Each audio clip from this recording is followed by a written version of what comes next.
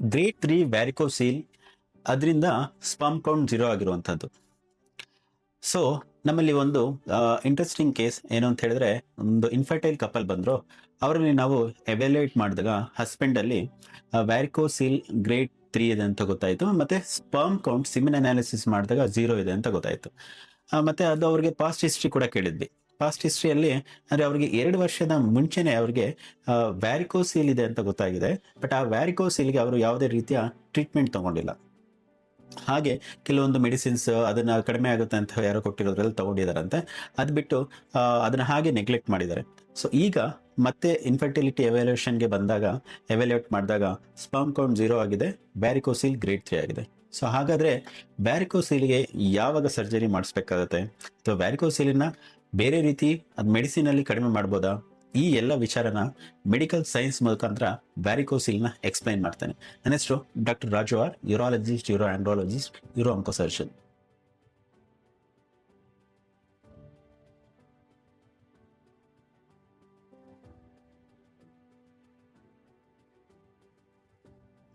ಬನ್ನಿ, ವ್ಯಾರಿಕೋಸೀಲ್ ಅಂದ್ರೆ ಏನು ಅಂತ ತಿಳ್ಕೊಳ್ಳೋಣ. ವ್ಯಾರಿಕೋಸೀಲ್ ಅಂತ ಹೇಳಿದ್ರೆ ಬ್ಲಡ್ ವೆಸಲ್ಸ್, ಅಂದ್ರೆ ನಮ್ಮ ಟೆಸ್ಟಿಕಲ್ ಸುತ್ತ, ವೃಷಣದ ಸುತ್ತ ಬ್ಲಡ್ ವೆಸಲ್ಸ್ ಇರುವಂಥದ್ದು ಅಥವಾ ವೇನ್ಸ್ ಇರುವಂಥದ್ದು. ಇದು ಸಾಮಾನ್ಯವಾಗಿ ಎಲ್ಲರಲ್ಲೂ ವೇನ್ಸ್ ಇರ್ತದೆ. ಬಟ್ ವ್ಯಾರಿಕೋಸೀಲ್ ಅಂದ್ರೆ ವೆಸಲ್ಸ್ ಅಗಲ ಆಗಿರುವಂಥದ್ದು. ಸೊ ಹಾಗಾದ್ರೆ ವೆಸಲ್ಸ್ ಅಥವಾ ವೇನ್ಸ್ ಯಾಕೆ ಅಗಲ ಆಗಿರುತ್ತೆ ಅಂತ ಕೇಳ್ತಾರೆ. ಸೊ ಇದು ನಾವು ಕಾಮನ್ ಆಗಿ ಆಗ್ತಾ ಇರುವಂತಹ ರೀಸನ್ಸ್ ಏನು ಅಂತ ನೋಡಿದ್ರೆ, ಎಸ್ಪೆಷಲಿ ಜನ ಅಥವಾ ಪೀಪಲ್ ಯಾರು ತುಂಬಾ ಕುತ್ಕೊಂಡು ಕೆಲಸ ಮಾಡ್ತಾರೋ ಅಥವಾ ತುಂಬಾ ನಿಂತು ಕೆಲಸ ಮಾಡ್ತಾರೋ ಅಂತವರಲ್ಲಿ ಕೆಲವರಲ್ಲಿ ವ್ಯಾರಿಕೋಸೀಲ್ ಆಗುವಂಥದ್ದು. ಬಟ್ ಎಸ್ಪೆಷಲಿ ಮುಖ್ಯ ಕಾರಣ ಏನು ಅಂತ ಹೇಳಿದ್ರೆ, ವೆಸಲ್ಸ್ ಅಲ್ಲಿ ವಾಲ್ವ್ಸ್ ಅಂತ ಹೇಳ್ತಾರೆ. ಅಂದ್ರೆ ಒಂದು ರಕ್ತನಾಳದಲ್ಲಿ, ವೇನ್ ನಲ್ಲಿ ಒಂದೇ ಡೈರೆಕ್ಷನ್ ಅಲ್ಲಿ ರಕ್ತ ಫ್ಲೋ ಆಗೋದಕ್ಕೆ ಕೆಲವೊಂದು ಬಾಲ್ವ್ಸ್ ಇರ್ತವೆ. ಅದು ಏನಾದರೂ ಆಬ್ಸೆಂಟ್ ಆಗಿದ್ರೆ, ಚಿಕ್ಕ ವಯಸ್ಸಿಂದ ಏನಾದರೂ ಅದು ತೊಂದರೆ ಇದೆ ಅಥವಾ ಇಲ್ಲ ಅಂತ ಹೇಳಿದ್ರೆ, ಆ ವೆಸಲ್ಸ್ಗಳು ಅಗಲ ಆಗುತ್ತೆ. ಸೊ ಈಗ ವೆಸಲ್ಸ್ ಅಗಲ ಆಗೋದ್ರಿಂದ ಏನ್ ತೊಂದರೆ ಆಗುತ್ತೆ ಅಂತ ಹೇಳಿದ್ರೆ, ಅಲ್ಲಿ ರಕ್ತ ತುಂಬಾ ಹೊತ್ತು ನಿಂತ್ಕೊಳ್ಳುತ್ತೆ, ಮತ್ತೆ ಆ ವೆಸಲ್ಸ್ ಅಲ್ಲಿ ಜಾಸ್ತಿ ಟೆಂಪರೇಚರ್ ಇನ್ಕ್ರೀಸ್ ಆಗುತ್ತೆ.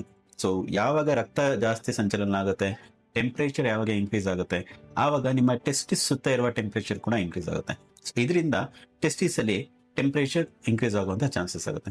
ಯಾವಾಗ ಟೆಸ್ಟಿಸ್ ಅಲ್ಲಿ ಟೆಂಪರೇಚರ್ ಇನ್ಕ್ರೀಸ್ ಆಗುತ್ತೋ ಆವಾಗ ಟೆಸ್ಟಿಸ್ ನ ಫಂಕ್ಷನ್ ಏನು ಅದು ಕಡಿಮೆ ಆಗ್ತಾ ಹೋಗುತ್ತೆ.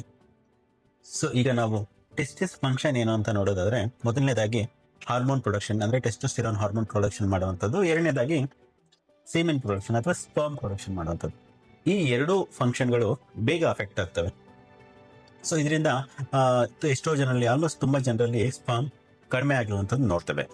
WHO ಪ್ರಕಾರ ವ್ಯಾರಿಕೋಸೀಲ್ ಅಂತ ಹೇಳೋದು ಒಂದು treatable cause of male infertility, ಅಂದ್ರೆ ಅದನ್ನ ಮೇಲ್ ಇನ್ಫರ್ಟಿಲಿಟಿಯಲ್ಲಿ ಕ್ಯೂರ್ ಮಾಡುವಂತಹ ಒಂದು ಕಂಡೀಷನ್. ಮತ್ತೆ ನೀವು ಓವರ್ ಆಲ್ ಇನ್ಸಿಡೆನ್ಸ್ ನೋಡೋದಾದ್ರೆ, varicocele around 15 to 20% of the male infertility cause ಮಾಡ್ತಾ ಇದೆ. ಅಂದ್ರೆ ಒಂದು 15% 20% ಈ ಮೇಲ್ ಇನ್ಫರ್ಟಿಲಿಟಿ ಪೇಷಂಟ್ ತಗೊಂಡ್ರೆ ಅವರಲ್ಲಿ ವ್ಯಾರಿಕೋಸೀಲ್ ಇರೋದು ಕಂಡು ಬರ್ತಾ ಇದೆ. ಸೊ ಹಾಗಾದ್ರೆ ವ್ಯಾರಿಕೋಸೀಲ್ ಇದೆ ಅಂತ ಗೊತ್ತಾಗಿದೆ. ಎಷ್ಟೊಂದು ಜನ ಪೇಷಂಟ್ ಬಂದು ಕೇಳ್ತಾರೆ, ಡಾಕ್ಟರ್ ನಮ್ಗೆ ಇದು ಮೊದಲೇ ಗೊತ್ತಾಗಿತ್ತು, ಆದ್ರೆ ನಾವು ಸುಮಾರು ಜನ ಹೇಳಿದ್ರು ಇದಕ್ಕೆ ಆಪರೇಷನ್ ಮಾಡಿಸ್ಕೊಂಡ್ರೆ ಇದರಿಂದ ತೊಂದರೆ ಆಗ್ಬಿಡುತ್ತೆ ಅಂತ ಹೇಳಿದ್ರು, ಅದಕ್ಕೆ ನಾವು ಆಪರೇಷನ್ ಬರಲಿಲ್ಲ ಅಂತ ಹೇಳ್ತಾರೆ. ಸೊ ಇದೊಂದು ತಪ್ಪು ಕಲ್ಪನೆ. ಸುಮಾರು ಜನ ನನಗೆ ಹೇಳಿದ್ದಾರೆ.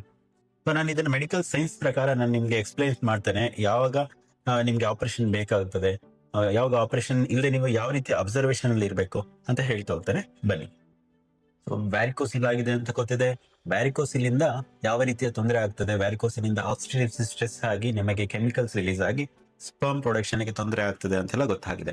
ಸೊ ಹಾಗಾದ್ರೆ ವ್ಯಾರಿಕೋಸೀಲ್ ಇದ್ದಾಗ ಯಾವಾಗ ಟ್ರೀಟ್ಮೆಂಟ್ ಬೇಕಾಗುತ್ತೆ, ದಿಸ್ ಇಸ್ ವೆರಿ ಇಂಪಾರ್ಟೆಂಟ್. ಇದು ತುಂಬಾ ಇಂಪಾರ್ಟೆಂಟ್. ಈಗ ನಾನು ಇದನ್ನ ನಿಮ್ಗೆ ಎವಿಡೆನ್ಸ್ ಮೂಲಕ ಎಕ್ಸ್ಪ್ಲೈನ್ ಮಾಡ್ತಾ ಹೋಗ್ತಾನೆ. ಸೊ ವ್ಯಾರಿಕೋಸೀಲ್ ಅಲ್ಲಿ ನಿಮ್ಗೆ ನೋಡಿರೋ ಹಾಗೆ ರಿಪೋರ್ಟ್ಸ್ ಅಲ್ಲಿ ಗ್ರೇಡ್ 1, ಗ್ರೇಡ್ 2, ಗ್ರೇಡ್ 3, ಗ್ರೇಡ್ 4 ಅಂತ ಇರುತ್ತೆ. ಸೊ ಈ ತರ ನಿಮ್ಗೆ ರಿಪೋರ್ಟ್ಸ್ ಬಂದಿದೆ ಅಂದಾಗ ಯಾವ ರೀತಿ ನೀವು ಅದನ್ನ ಫಾಲೋ ಅಪ್ ಮಾಡಬೇಕು, ಯಾವಾಗ ಸರ್ಜರಿ ಮಾಡಿಸ್ಕೋಬೇಕು ಅನ್ನೋದನ್ನ ಎಕ್ಸ್ಪ್ಲೈನ್ ಮಾಡ್ತಾನೆ. ಸೊ ಈಗ ನಿಮ್ಗೆ ಗ್ರೇಡ್ 1 ಇದೆ ಅಂತ ಬಂದಿದೆ ಅಂತ ಹೇಳಿ. ಗ್ರೇಡ್ 1 ಇದೆ ಅಂದಾಗ ನಿಮ್ಗೆ ಯೂಶಲಿ ಸಿಂಪ್ಟಮ್ಸ್ ಏನೂ ಇರೋದಿಲ್ಲ. ಯಾವ್ದಾದ್ರು ಕಾರಣಕ್ಕೆ ಸ್ಕ್ಯಾನ್ ಮಾಡಿಸಿದಾಗ ಇದು ಗೊತ್ತಾಗಿರುತ್ತೆ. ಸೊ ಈ ತರ ಇದ್ದಾಗ ನೀವು ಇದನ್ನ ನೆಗ್ಲೆಕ್ಟ್ ಮಾಡಬಾರ್ದು. 6 ಮಂತ್ಸ್, ಎವ್ರಿ 6 ಮಂತ್ಸ್ಗೆ ನೀವು ಸ್ಕ್ಯಾನ್ ಮಾಡಿಸ್ಕೊಂಡು ನಿಮ್ಮ ಡಾಕ್ಟರ್ ಸಮಾಲೋಚನೆಯಲ್ಲಿ ಇರಬೇಕಾಗುತ್ತೆ. So most of the patient ಯಾವಾಗ ವ್ಯಾರಿಕೋಸಿಲ್ ತೊಂದರೆ ಆಗಿ ಬರ್ತಾರೆ ಅಂತ ಹೇಳಿದ್ರೆ, ಮೊದಲು ಗ್ರೇಡ್ 1 ಅಂತ ಗೊತ್ತಾಗಿರುತ್ತೆ, ಅದನ್ನ 3-4 ಇಯರ್ಸ್ ಯಾವತ್ತು ಚೆಕ್ ಮಾಡಿಸ್ಕೊಂಡಿರೋದಿಲ್ಲ, ಆಮೇಲೆ ಬರ್ತಾರೆ. ಆವಾಗ ಬಂದ್ರೆ ಗ್ರೇಡ್ 3, ಗ್ರೇಡ್ 4ಗೆ ಅದು ಪ್ರೋಗ್ರೆಸ್ ಆಗಿರುತ್ತೆ. ಮತ್ತೆ ಅಲ್ಲಿ ಸ್ಪರ್ಮ್ ಪ್ಯಾರಾಮೀಟರ್ಸ್, ಸ್ಪರ್ಮ್ ಫಂಕ್ಷನ್ ಎಲ್ಲಾನು ಕಡಿಮೆ ಆಗಿರುತ್ತೆ. ಸೊ ಇದರಿಂದ ಗ್ರೇಡ್ 1 ಆಪರೇಷನ್ ಮಾಡೋದಕ್ಕೆ ಎಲ್ಲೋ ಇದು ಸಜೆಸ್ಟ್ ಮಾಡೋದಿಲ್ಲ. ಬಟ್ ಗ್ರೇಡ್ 1 ಇದ್ದಾಗ ರೆಗ್ಯುಲರ್ ಫಾಲೋಅಪ್ ಅಲ್ಲಿ ಇರಬೇಕು.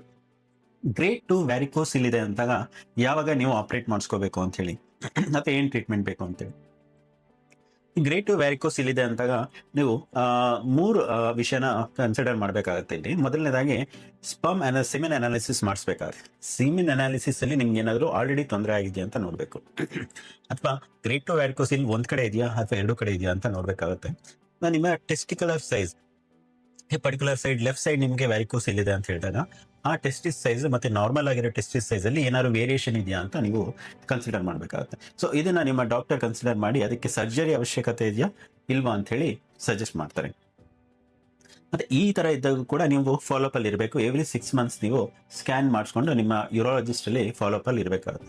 ಸೊ ಗ್ರೇಡ್ 3 ಅಂತ ಬಂದಾಗ, ಗ್ರೇಡ್ 3 ವ್ಯಾರಿಕೋಸಿಲ್ ಅಲ್ಲಿ ಯೂಶಲಿ ಹಾಗೆ ಕಣ್ಣಲ್ಲಿ ನಾವು ನೋಡ್ಬೋದು, ದಪ್ಪ ಆಗಿರೋ ವೆಸಲ್ಸ್ಗಳು ಹಾಗೆ ಹೊರಗಡೆಯಿಂದನೇ ಕಾಣುತ್ತೆ. ಸೊ ಗ್ರೇಡ್ 3 ವ್ಯಾರಿಕೋಸಿಲ್ ಅಲ್ಲಿ ಈ ಅಮೆರಿಕನ್ ಯೂರಾಲಜಿ ಅಸೋಸಿಯೇಷನ್ ಅಥವಾ ಯುರೋಪಿಯನ್ ಯೂರಾಲಜಿಕಲ್ ಅಸೋಸಿಯೇಷನ್ ಪ್ರಕಾರ ಆಪರೇಷನ್ ಮಾಡಿಸ್ಕೊಳ್ಳೇಬೇಕಾಗುತ್ತೆ. ಆಪರೇಷನ್ ಮತ್ತೆ ಈ ಗ್ರೇಡ್ 3 ಇದ್ದಾಗ ಸ್ಪರ್ಮ್ ಪ್ಯಾರಾಮೀಟರ್ಸ್ ತೊಂದರೆ ಆಗಿರುವಂಥದ್ದು, ಎಸ್ಪೆಷಲಿ 70-80% ಆಫ್ ದ ಪೇಷಂಟ್ಸ್ ಅಲ್ಲಿ ತೊಂದರೆ ಆಗಿರುವಂಥದ್ದು ಎಷ್ಟೊಂದು ಸ್ಟಡೀಸ್ ಅಲ್ಲಿ, ಈ ಮೆಟಾ ಅನಾಲಿಸಿಸ್ ಅಂತ ಹೇಳ್ತೇವೆ, ಎಸ್ಪೆಷಲಿ ಕಾಕ್ರೇನ್ ಮೆಟಾ ಅನಾಲಿಸಿಸ್ ಅಲ್ಲಿ ಕಂಡು ಬಂದಿದೆ. ಎಸ್ಪೆಷಲಿ ಈ ವ್ಯಾರಿಕೋಸಿಲ್ ಅಲ್ಲಿ ಆಪರೇಟ್ ಮಾಡಿದಾಗ, ಎಸ್ಪೆಷಲಿ ಗ್ರೇಡ್ 3 ವ್ಯಾರಿಕೋಸಿಲ್ ಇದೆ ಮತ್ತು ಸ್ಪರ್ಮ್ ಪ್ಯಾರಾಮೀಟರ್ ಆಲ್ಟ್ರೇಟ್ ಆಗಿದೆ ಅಂತ ಹೇಳಿದ್ರೆ 60-70% ಆಫ್ ದ ಪೇಷಂಟ್ಸ್ ಅಲ್ಲಿ ಸ್ಪರ್ಮ್ ಪ್ಯಾರಾಮೀಟರ್ ದರ್ ಕೌಂಟ್ ಆಗಿರಲಿ, sperm count, sperm motility, morphology improvement ಆಗಿರೋದು ನೋಡಿದ್ದೇವೆ. ಮತ್ತೆ 40-50% ಆಫ್ ದ ಪೇಷಂಟ್ ಅಲ್ಲಿ ಲೈವ್ ಚೈಲ್ಡ್ ಬರ್ತ್ ಆಗಿರುವಂಥದ್ದು ನೋಡಿದ್ದೇವೆ. ಸೊ ಗ್ರೇಡ್ 4 ಅಥವಾ ಗ್ರೇಡ್ 5 ಇದೆ ಅಂತ ಹೇಳಿದ್ರೆ ಡೆಫಿನೆಟ್ಲಿ ಆಪರೇಷನ್ ಬೇಕಾಗುತ್ತೆ ಅಂತ ಹೇಳ್ತೇವೆ.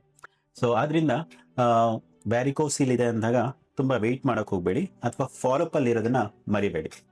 ಮತ್ತೆ ವ್ಯಾರಿಕೋಸಿಲ್ಗೆ ಯಾವ ರೀತಿ ಟ್ರೀಟ್ಮೆಂಟ್ ಮಾಡ್ತೇವೆ ಅಂತ ಹೇಳಿದ್ರೆ, ಸೊ ಈ ಕಾಕ್ರೇನ್ ಮೆಟಾ ಅನಾಲಿಸಿಸ್ ಅಲ್ಲಿ ನೋಡಿರೋ ಪ್ರಕಾರ ಮೈಕ್ರೋ ಸರ್ಜಿಕಲ್ ವ್ಯಾರಿಕೋಸಿಲೆಕ್ಟಮಿ ಅಂತ ಪ್ರೊಸೀಜರ್ ಮಾಡ್ತೇವೆ. ಇದು ನಿಮಗೆ best outcome, especially infertility patients ಅಲ್ಲಿ ಕಂಡು ಬಂದಿದೆ. ಇದೇನು ಅಂತ ಹೇಳಿದ್ರೆ ಆಪರೇಟಿವ್ ಮೈಕ್ರೋಸ್ಕೋಪ್ ಯೂಸ್ ಮಾಡ್ತೇವೆ. ಆಪರೇಟಿವ್ ಮೈಕ್ರೋಸ್ಕೋಪ್ ಯೂಸ್ ಮಾಡಿ ವ್ಯಾರಿಕೋಸಿಲ್ನ ಮಾತ್ರ ಐಡೆಂಟಿಫೈ ಆಗುತ್ತೆ. ವ್ಯಾರಿಕೋಸಿಲ್ನ ಐಡೆಂಟಿಫೈ ಮಾಡಿ ಅದನ್ನ ಮಾತ್ರ ಲೈಗೇಟ್ ಮಾಡ್ತೇವೆ. ಅಂದ್ರೆ ಅದು ಬಿಟ್ಟು ಬೇರೆ ಎಲ್ಲ ಅದರ ಪಕ್ಕ ಇರುವಂತಹ ವೆಸಲ್ಸ್, ಲಿಂಫ್ಯಾಟಿಕ್ ವೆಸಲ್ಸ್ ಆಗಲಿ ಅಥವಾ ಆರ್ಟ್ರಿ ವೆಸಲ್ಸ್ ಅಂದ್ರೆ ಟೆಸ್ಟಿಕಲ್ಸ್ಗೆ ರಕ್ತ ಸಂಚಲನ ಕೊಡುವಂತಹ ಆರ್ಟ್ರಿ, ಅದನ್ನೆಲ್ಲ ಸ್ಪೇರ್ ಮಾಡಿ ಆಪರೇಟ್ ಮಾಡುವಂಥದ್ದು. ಇದು simple 1/2 hour to 1 hour procedure ಇರುತ್ತೆ. ಮೈಕ್ರೋ ಸರ್ಜರಿ ಟ್ರೈನ್ಡ್ ಆಗಿರುವಂತಹ ಯೂರಾಲಜಿಸ್ಟ್ಗಳು ರೆಗ್ಯುಲರ್ಲಿ ಮಾಡ್ತಾರೆ. ಸೊ ಏನು ಅಂತ ಹೇಳಿದ್ರೆ ಸಣ್ಣ 1 ಸೆಂಟಿಮೀಟರ್ ಅಷ್ಟು ಓಪನ್ ಮಾಡಿ ವ್ಯಾರಿಕೋಸಿಲ್ ಐಡೆಂಟಿಫೈ ಮಾಡ್ತಾರೆ ಮೈಕ್ರೋಸ್ಕೋಪ್ ಯೂಸ್ ಮಾಡಿ. ದೆನ್ ತುಂಬಾ ಅಗಲ ಆಗಿರುವಂತಹ ವೆಸಲ್ಸ್ಗಳನ್ನ ಲೈಗೇಟ್ ಮಾಡ್ತಾರೆ.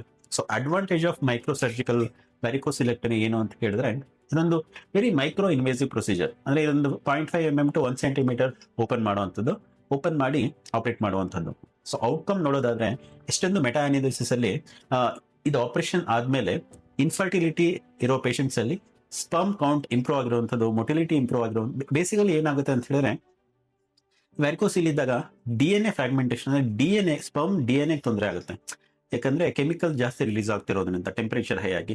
ಸೊ ಯಾವಾಗ ನಾವು ಅದನ್ನ ಲೈಗೇಟ್ ಮಾಡ್ತೇವೆ ಆವಾಗ ಟೆಂಪರೇಚರ್ ಕಡಿಮೆ ಆಗುತ್ತೆ, ಯಾವ್ದೇ ಕೆಮಿಕಲ್ಸ್ ರಿಲೀಸ್ ಆಗ್ತಾ ಇತ್ತು ಅದೆಲ್ಲ ಕಡಿಮೆ ಆಗುತ್ತೆ. ಸೊ ಇದರಿಂದ ಫರ್ಟಿಲಿಟಿಯಲ್ಲಿ, ಎಸ್ಪೆಷಲಿ ಸ್ಪರ್ಮ್ ಫಂಕ್ಷನ್ ಅಥವಾ ಮೊಟಿಲಿಟಿಯಲ್ಲಿ ಇಂಪ್ರೂವ್ಮೆಂಟ್ ಆಗಿರೋದು ಕಂಡು ಬಂದಿದೆ.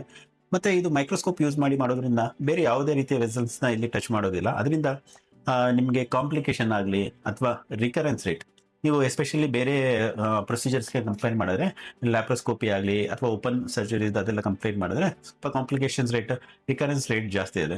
ಇವನ್ ಎಂಬೋಲೈಸೇಷನ್ ಕೂಡ ರಿಕರೆನ್ಸ್ ರೇಟ್ 15-20% ಅಂತ ಇದೆ. ಸೊ ಅದೆಲ್ಲ ಕಂಪೇರ್ ಮಾಡಿದ್ರೆ ಮೈಕ್ರೋ ಸರ್ಜಿಕಲ್ ವ್ಯಾರಿಕೋಸಿಲೆಕ್ಟಮಿ ಈಗ ಐಡಿಯಲ್ ಟ್ರೀಟ್ಮೆಂಟ್ ಫಾರ್ ವ್ಯಾರಿಕೋಸಿಲ್. ಸೊ ವ್ಯಾರಿಕೋಸಿಲ್ ಇದೆ ಅಂತ ಹೇಳಿದಾಗ ತುಂಬ ಡಿಲೇ ಮಾಡಬೇಡಿ, ಅಥವಾ ಮೊದಲೇ ಯಾವಾಗಲಾದ್ರೂ ವ್ಯಾರಿಕೋಸಿಲ್ ಇದೆ ಅಂತ ಗೊತ್ತಾಗಿದೆ ಅಂತ ನಿಮಗೆ ಗೊತ್ತಾಗಿದ್ರೆ ಅದನ್ನು ಇವಾಗ ಸ್ಕ್ಯಾನ್ ಮಾಡಿ ಮತ್ತೆ ಸಿಮೆನ್ ಅನಾಲಿಸಿಸ್ ಮಾಡಿ ಚೆಕ್ ಮಾಡ್ಕೊಳ್ಳಿ. ಯಾಕಂದ್ರೆ ಮೊದಲು ಸರ್ಜರಿ ಗ್ರೇಡ್ 1, ಗ್ರೇಡ್ 2 ಇರೋರು ಸರ್ಜರಿ ಬೇಡ ಅಂತ ಹೇಳಿರ್ತಾರೆ, ಬಟ್ ನೀವು ಫಾಲೋ ಅಪ್ ಮಾಡ್ಕೊಂಡಿರೋದಿಲ್ಲ. ಎಷ್ಟೊಂದು ಜನ patients after 3-4 years sperm count ಕಡಿಮೆ ಆದಮೇಲೆ ಅಥವಾ ಇನ್ಫರ್ಟಿಲಿಟಿ ಎವ್ಯಾಲ್ಯೂಷನ್ ಮಾಡಿದಾಗ ಗೊತ್ತಾಗುತ್ತೆ. ವ್ಯಾರಿಕೋಸಿಲ್ನ ನೆಗ್ಲೆಕ್ಟ್ ಮಾಡಬೇಡಿ. ನಿಯರ್ ಬೈ ಯೂರಾಲಜಿಸ್ಟ್ ಯೂರೋ ಆಂಡ್ರಾಲಜಿಸ್ಟ್ನ ಮೀಟ್ ಮಾಡಿ ಸೂಕ್ತವಾದ ಚಿಕಿತ್ಸೆಯನ್ನು ಪಡ್ಕೊಳ್ಳಿ. ಸೊ ವ್ಯಾರಿಕೋಸಿಲ್ಗೆ ಸಂಬಂಧಪಟ್ಟಂಗೆ ಯಾವುದೇ ರೀತಿಯ ಅನುಮಾನಗಳಾಗಲಿ ಅಥವಾ ನಿಮ್ಗೆ ಏನಾದ್ರು ಕ್ವಶನ್ಸ್ ಇದೆ ಅಂದರೆ ಕೆಳಗಿನ ನಂಬರ್ಗೆ ಯಾವಾಗ ಬೇಕಾದ್ರೂ ನೀವು ಕಾಲ್ ಮಾಡ್ಬೋದು. ನಮ್ಮಿಂದ ಆದಂಥ ಸಹಾಯ ಮಾಡ್ತೇವೆ. ಧನ್ಯವಾದಗಳು.